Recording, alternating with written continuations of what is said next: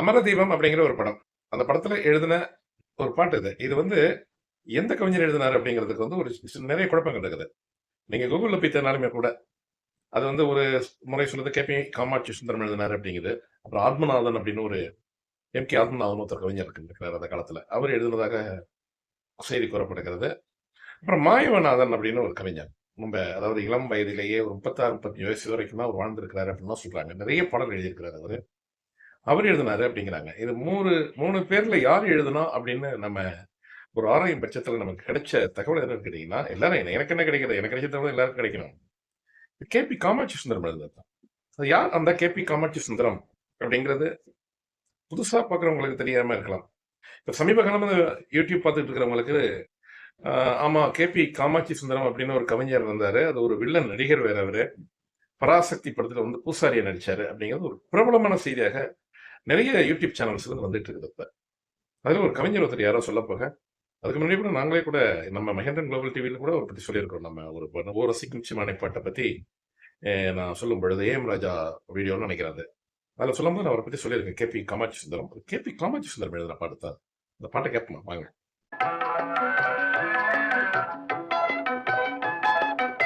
இந்த பாடல் இடம்பெற்ற திரைப்படம் வந்து அமரதீபம் அப்படின்னு சொன்னேன். 1956 ஜூன்ல வந்து இந்த திரைப்படம் இது.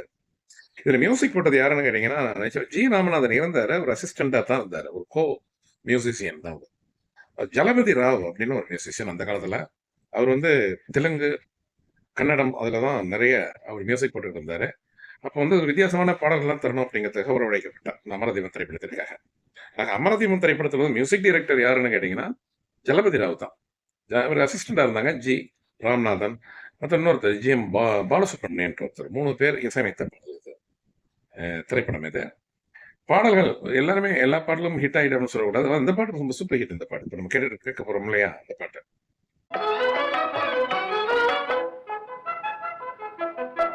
சுசீலா அம்மா தான் அந்த பாட்டை ஆரம்பிப்பாங்க. ஆமா, அவங்க வந்த புதுசும் கூட 1952 தான் அவங்க ஃபீல்டுக்கே வந்தாங்க. யாரு? சுசீலா அம்மா. பெற்றதாய் அப்படிங்கிற ஒரு படத்துல. அதன் பிறகு கூட நிறைய அவங்க பட வாய்ப்புலாம் கிடைக்கல அவங்களுக்கு. இந்த பாட்டை பாடுறதுக்கு ஏஎம் ராஜாவோட கூட பாடிட்டு இருந்தாங்க. ஏன்னா ஜேஎம் ராஜாவும் ஜிக்கியும் தான் எங்கேயுமே பாடுவாங்க. அப்போ வந்து ஒரு புதுவிதமான குரல் வேணுங்கிறதுக்காக பி சுஷீலா அவங்கள தான் பாட வைப்பாங்க. அந்த 53, 54, 55, 56 இந்த ரேஞ்சில் எல்லாம். அப்படி கிடைத்த வாய்ப்பு ஏஎம் ராஜா தான் சிபாரிசு பண்ணாராம் அது. இல்லை சுஷீலா பாடட்டும் இந்த பாட்டை அப்படின்னு. சுஷீலா தான் ஆரம்பிப்பாங்க. ரொம்ப பிரமாதமான குரலா இருக்கும் அது.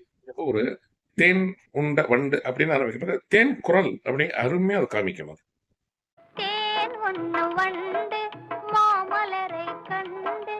இந்த பாட்டை எழுதுற வாய்ப்பு கே.பி. காமாட்சி சுந்தரத்துக்கு எப்படி கிடைச்சது அப்படிங்கிறது ஒரு சுவையான செய்தி. அதாவது இந்த படத்தினுடைய தயாரிப்பாளர் எஸ் கிருஷ்ணமூர்த்தி அப்படின்னு வந்திருந்தாரு. அவரு ஸ்ரீதர், நம்ம ஸ்ரீதர் தான், சி.வி. ஸ்ரீதர். அதாவது அதன் பிறகு நம்ம இது இளமை ஊஞ்சல் ஆடிகள் நடத்தாங்க இல்லையா, அந்த ஸ்ரீதர் தான் இந்த திரைப்படத்துக்கு வந்து கதை எழுதியிருப்பாரு. Story written by C V. Sridhar. அது மாதிரி கோ ப்ரொடியூசரும் கூட ஸ்ரீதர்.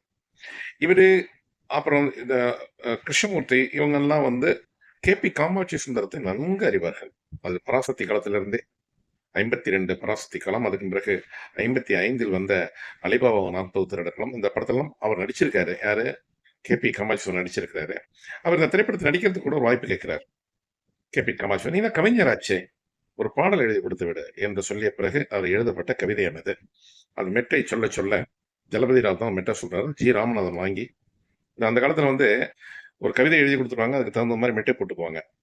ஆனா இப்போ இந்த இதுல ஒரு ஜி ராமநாதன்லாம் அந்த காலத்துல என்ன செஞ்சாங்கன்னு கேட்டீங்கன்னா, சில சமயங்கள் மெட்டுக்களை சரியா நம்ம சரி பண்ணிக்கிட்டு டியூன் பண்ணிக்கிட்டு அதுக்கப்புறம் கவிஞரை கூப்பிட்டு பாட்டு எழுத சொன்னதெல்லாம் ஜி ராமநாதன் காலத்திலேருந்தே ஆரம்பிச்சிட்டாங்க. அதுக்கு முன்னாடி தான் கவிதைக்காக மெட்டு போடப்பட்டது. இது மெட்டுக்காக எழுதப்பட்ட பாடல் தான். மெட்டை ஜி ராமநாதன் சொல்ல சொல்ல இந்த பாடலை எழுதினாராம் கே.பி. காமாட்சி சுந்தரம்.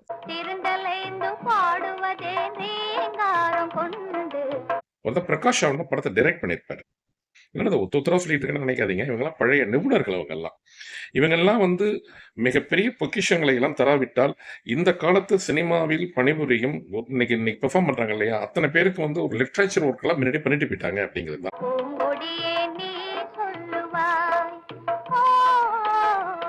அமரதீபம் படத்துல பார்த்தா உங்களுக்கு தெரியும், ஒவ்வொரு ஃப்ரேம்லயும் தெரியும் அந்த பிரகாஷ் ராவனுடைய டைரக்ஷன்.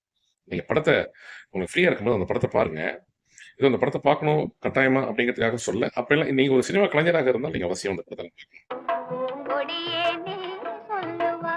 அதுல என்னென்ன பண்ணியிருக்காங்க, சீன் கட் பண்ணி அடுத்தது போறது, அந்த 1 2 3 திரைக்கதை எப்படி கொண்டு போறது அப்படிங்கிறத மிக அற்புதமாக செய்திருப்பார் அந்த பிரகாஷ் ராவ். அவர் தான் இயக்கம்.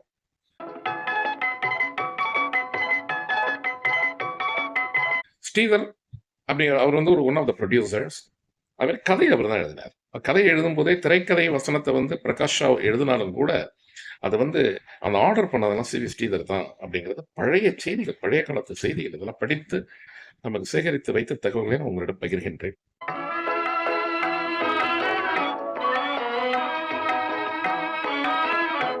ஆக கே.பி. காமாட்சிசுந்தரம் அந்த பாடல் எழுதுறதுக்கு வாய்ப்பு கிடைத்தது கிருஷ்ணமூர்த்தி அப்படிங்கிற தயாரிப்பாளர்கிட்ட போயிட்டு சி வி ஸ்ரீதர் சொல்லி, அதன் பிறகுதான் அவர் இந்த பாடலை எழுதினார் அப்படிங்கிறது.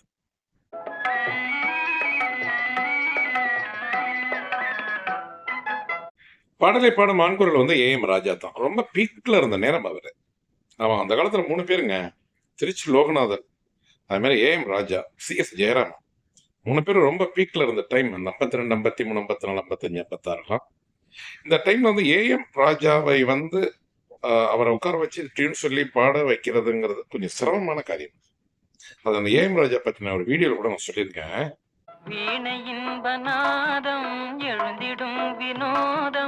அதுக்கு காரணம் என்னன்னு கேட்டீங்கன்னா, ஒரு சுப்பீரியாரிட்டி காம்ப்ளெக்ஸ் அப்படின்னு சொல்லுவாங்க. ஏன்னா அவர் ஒரு மியூசிஷியன். அவர் இசை தெரிந்தவர். 2 சாணம் தெரியும். அதாவது வெஸ்டர்ன் வந்து ரொம்ப பக்காவா தெரியும் அவருக்கு, ஏ.எம். ராஜாவுக்கு. 2வது கர்நாடக சங்கீதம் முறைப்படி பயின்றவர். அதனால மற்ற இசையமைப்பாளரிடம் அவர் பாடும் பொழுது இவரு கொஞ்சம் டாமினேட் பண்ணுவார். யாரு? ஏ.எம். ராஜா. அது மற்ற மியூசிஷியனுக்கு பிடிக்கிறது இல்ல. அது மாதிரி இவரு மெல்லிசை மன்னர் டி.எம். கே.வி.எம்.டி வந்து அவரு அதிகமான பாடல்கள் வந்து பாட முடியாம போனதுக்கு அதெல்லாம் ஒரு காரணம். பிற்காலத்துல வந்தது. இது நான் சொல்றது வந்து இப்ப ஜி. ராமநாதன் தான் இவர் மீட்டு சொல்றாரு. அவரு பாடுறாரு அப்படிங்கும்போது ஜலபதி ராவோட ஜலபதி ராவ்கிட்ட வந்து நிறைய பாடல்கள் பாடியிருக்கிறாரு ஏ.எம். ராஜா. ஜலபதி ராவ்ங்கிற பழைய காலத்து மனிதர்களுக்கும் அவங்களுக்கு தான் ஏ.எம். ராஜா வந்து யாருன்னு தெரியும். அனுசரிச்சு போவாங்க.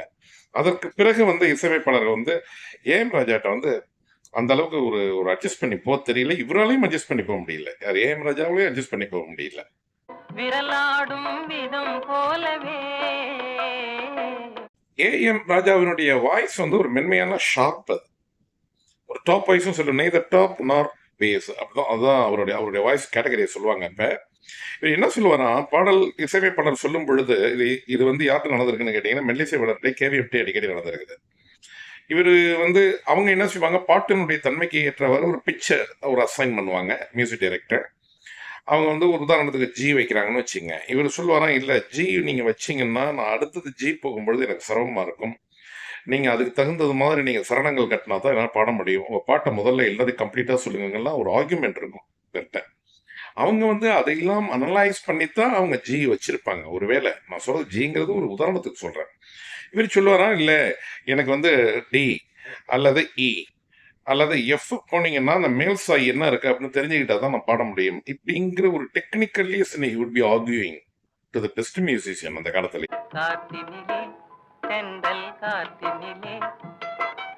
அதனாலதான் ஏ.எம். ராஜா நிறைய பாடல்கள் பிற்காலத்துல பாட முடியாமல் போனதுக்கு அது ஒரு காரணம். அவர் ஏகப்பட்ட பாடல்கள் பாடியிருக்கிறாரு. ரொம்ப பிரமாதமான சாங்ஸ் எல்லாம் டெலிவரி கொடுத்திருக்கிறாரு. அவர் அப்படியேப்பட்ட மனிதர் வேற, ஜென்டில்மேன் வேற, ரொம்ப ஒரு ஒரு ஹானஸ்ட், பக்கா ஹானஸ்ட். அவரை வந்து ஹி கான் பி பர்ச்சேஸ்டு அப்படின்னு சொல்லுவாங்க. பழைய காலத்து மனிதர்கள்லாம் சொல்லுவாங்க.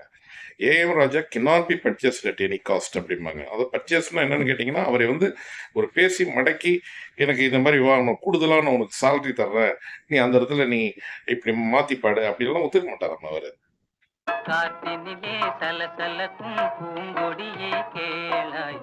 இந்த பாடல் எந்த ராகத்தை அடிப்படையாக கொண்டது என்ற ராகப்பிரியர்கள் கேட்கலாம். ராகத்துல ரொம்ப இன்ட்ரெஸ்டா இருக்காங்கல்ல அவங்க.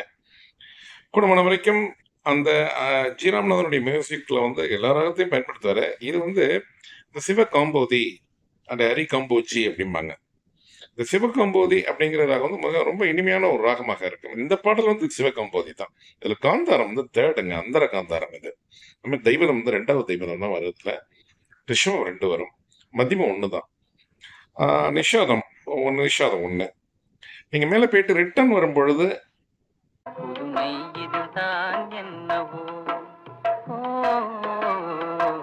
அதே ஸ்வரங்கள் தான். ரிட்டர்ன் வரும்பொழுது அதே ஸ்வரங்கள் தான் வரும். ஏன்னா என்ன ஒண்ணு, இப்ப நிஷாலம் இருக்குல்ல, அந்த நிஷா போயிட்டு நின்னுட்டு திருப்பி ஒரு ஷட்ஜமம் போகாது. ஆரோகணம் போகும்போது. இது என்ன வித்தியாசமா இருக்கு அப்படின்னா, உங்களுடைய மியூசிக் டீச்சர்ட்ட கேளுங்க. நீங்க ராக பிரியர்களாக இருந்தால். அப்படி இல்லாம இருக்கும். சில ராகங்கள்லாம். அதை என்னமோ அப்படி அமைச்சிருக்காங்க. மற்றொரு முக்கியமான தகவல் என்னன்னு கேட்டீங்கன்னா, சிவகாம்போதி, ஹரி காம்போஜியில வந்து காம்போதி அப்படின்றாலே, அந்த தைவதமும், நிஷாதமும் ரொம்ப முக்கியமான கட்டைகள். அது வாசிக்கும் பொழுதும் தெரியும்.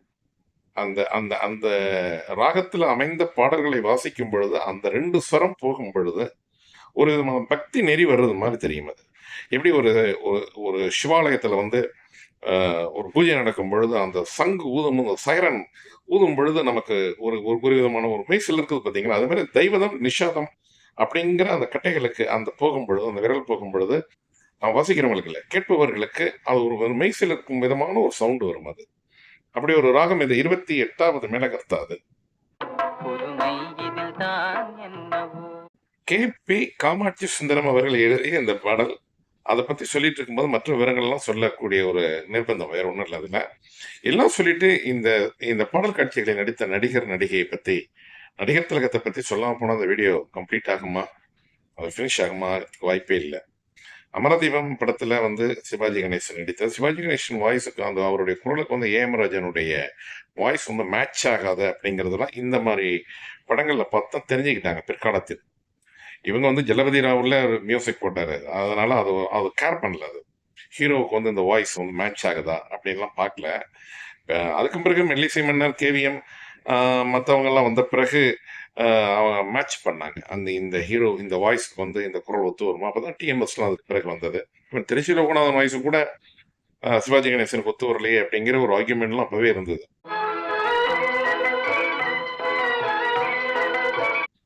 ஆனா டிஎம்எஸ் வந்த பிறகு தான் அது மேட்ச் ஆனது மாதிரி தெரிஞ்சது. ஏஎம் ராஜாவுடைய குரல் அந்த அளவுக்கு ஒரு மேட்ச் ஆகல. அதுவும் ஒரு காரணம். ஏஎம் ராஜா நிறைய பாடல்கள் பாட முடியவில்லை அப்படிலாம் சொன்னார் இல்லையா? அதுக்கு முக்கியமான காரணம் வந்து ஜெமினி கணேசனை தவிர மற்ற நடிகர்களுக்கு, அது கூட பிபி ஸ்ரீனிவாசனுடைய குரல் தான் ஜெமினி கணேசனுக்கு வந்து அச்சு மேட்ச் ஆகும்.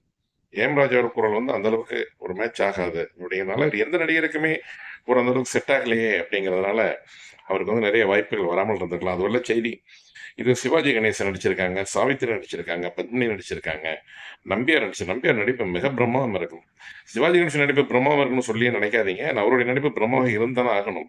அமரதீபத்துல அமரதீபம்ல எந்த படத்துலயுமே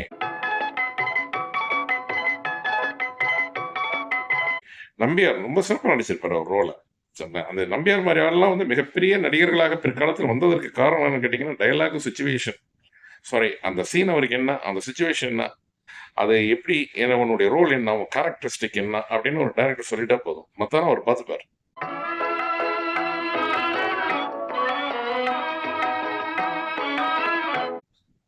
சிவாஜி கணேசன் அப்படித்தான். சிவாஜி கணேசன் கூட டயலாக் என்ன எழுதியிருக்காங்களோ அதுதான் பேசுவாராம். ஆனா எம்என் நம்பியார் எப்படின்னு கேட்டீங்கன்னா, அவர் வந்து அவர் சிச்சுவேஷன் கேட்பாரு. என் கேரக்டர் என்ன? என் கேரக்டர் நான் என்ன சொல்லணும்? இந்த சீனுக்கு நான் என்ன சொல்லணுங்கிறது மட்டும் நீங்க ஷார்ட்டா சொல்லிட்டு போயிடுங்க. மத்ததெல்லாம் நான் பார்த்துக்கிறேன் அப்படிம்பாராம். அதனால தான் எம்என் நம்பியார் வந்து ஒரு மிகப்பெரிய ஆண்டதுனால எம்ஜிஆருக்குலாம் ரொம்ப ரொம்ப பிடிக்கும். யார? எம்என் நம்பியார். ஸ்பாட்லயே நிறைய கிரியேட் பண்ணுவாங்களாம். எம்ஜிஆரோட வில்லனாக எம்என் நம்பியார் நடிக்கும் பொழுது, சில எழுதப்படாத சில வசனங்கள்லாம் வந்து எம்என் நம்பியார் பேசிட்டு வரான். அதுக்கு வந்து கவுண்டர் குடுப்பாராம். சரி இதெல்லாம் இல்லையேப்பா, டயலாக்ல லிஸ்ட்லயே இல்ல, நீ ஸ்கிரிப்ட்ல இல்லாம பேசுறியே அப்படின்னு சொல்லவே மாட்டாராம்.